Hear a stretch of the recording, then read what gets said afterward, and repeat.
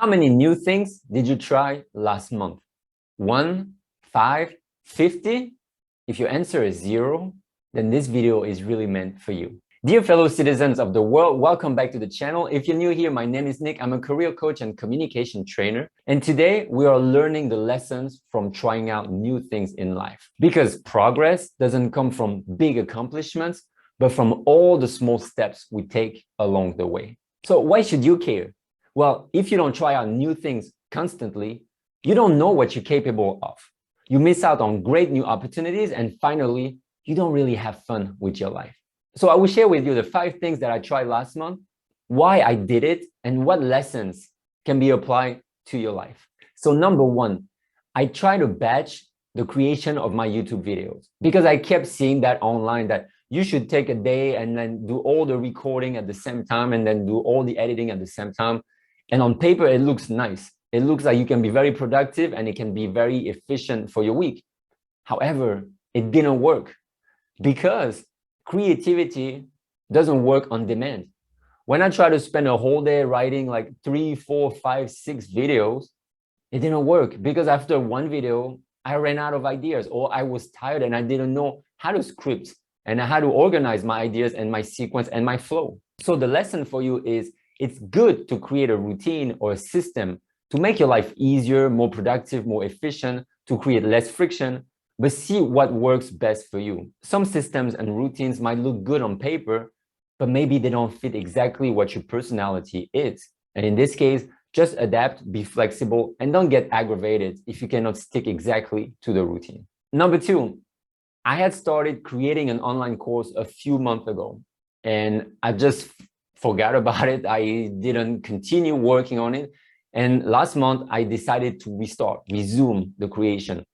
I was well advanced in the creation. I had a lot of ideas. The outline was there. I had shot some videos. But for some reason, when I sat down and I tried to get back on it, obviously it took some time to remember what I did before. But after spending a day or 2 on it, I didn't feel like it was going to happen because I didn't feel aligned with it anymore. So you know what? I decided to just give up on it. I think this is not the right time for me to publish this online course. So this is something I will restart in the future. So what lesson can you apply for yourself? Well, sometimes we need to cut our losses. And even though we've invested a lot of time, energy, or money, there comes a time when you don't feel aligned with the original goal and it's time to let go. And as always, it all comes down to finding and remembering your why. Number 3, one day last month, I remember was pretty bad. I really was confused, upset about something. I couldn't work. I couldn't be effective and productive. So for once, I decided to completely let go. I decided to go out for lunch, read a book, and forget about what I was going through in the morning because I could see that nothing was working. Why did I do it? Because you have to trust the process. Sometimes you just have to let it go. And you have to understand that whatever is not working right now, it's not going to last forever. But you need to detach yourself from the situation. Otherwise, the obsession, the frustration is going to grow and you're not going to achieve anything eventually. So what is the lesson for you? Imagine you are underwater, you're out of oxygen, you cannot breathe. The thing you got to do is obviously step out of the water to get fresh air, to take a new perspective, a fresh outlook on what you're trying to accomplish. And by taking this distance, everything gets clearer in your mind. Number 4, one morning, I hopped on a Clubhouse call. For those of you who are not familiar, Clubhouse is this app where you can have conversations with other people about different topics, different themes.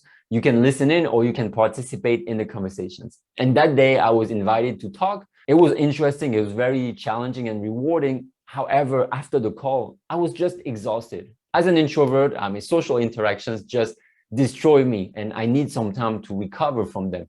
The problem is that usually in the morning, that's when my ideas are at their best. That's when my flow of ideas and energy is at its peak. This is usually when I have the most ideas. I write content, I create new training, and I work with my clients. But that morning, after I went on that call, I was so exhausted that the whole day got wasted. I could not recover from it at all. So what's the lesson for you? You need to understand your natural flow of energy. When do you feel at your best? Maybe in the morning, in the evening, and you need to try your best not to go against your natural flow of energy. Just because if you do, you're going to feel misaligned all day long, and it's going to be very hard to feel productive and feel like you're actually achieving something. So the lesson that I got from this is I don't do conversations in the morning. I don't do networking in the morning because it just kills all my energy and the rest of my day. So remember where you feel at your best and organize your schedule, if possible, around this. And finally, the fifth thing I tried last month, I hosted an online speed networking event. So imagine a speed dating event. This one is speed networking. You get to meet people, talk to them for 5 minutes, and then try to understand as much as you can and try to pitch yourself as efficiently as possible. This was a very cool event, very fun, full of good people interactions, and I really enjoy hosting it. And why did I decide to do it? Because for the last 15, 18 months, we've been spending at home in Zoom calls where we usually are so passive and so tired of listening to people and meetings and so on. It felt so good to be hosting, to be proactive, to try to set the pace and the flow to an event. So the lesson for you is trying out new things doesn't only mean stepping out of your comfort zone like we hear all the time. Trying out new things allow you to have fun and really enjoy what you want to do in your life. So what are the 3 takeaways from today's video? First, when you try out new things, you get to learn much more about yourself and you come across new opportunities. Second, trying out new things keeps you sharp and open to growing yourself. And finally, trying out new things is just about having fun. Life is not only about being productive, efficient, working hard. Trying out new things means you want to expand your horizons and just have fun with the journey. So think about one new thing that you tried last month. How did you come about trying it in the first place? Did you enjoy it? And what lessons did you draw from the experience? Feel free to share with me your success or failure with this new experimentation. I'll be very happy to hear about your story. Remember, on this channel, we experience and experiment to try to find out solutions to problems or situations we face in our lives. Sometimes they work, sometimes they don't. If you enjoyed this video, please give it a like and make sure you subscribe to the channel if you don't want to miss 2 new videos each week where we talk about career, mindset, and personal growth. Thanks a lot for watching and see you in our next video.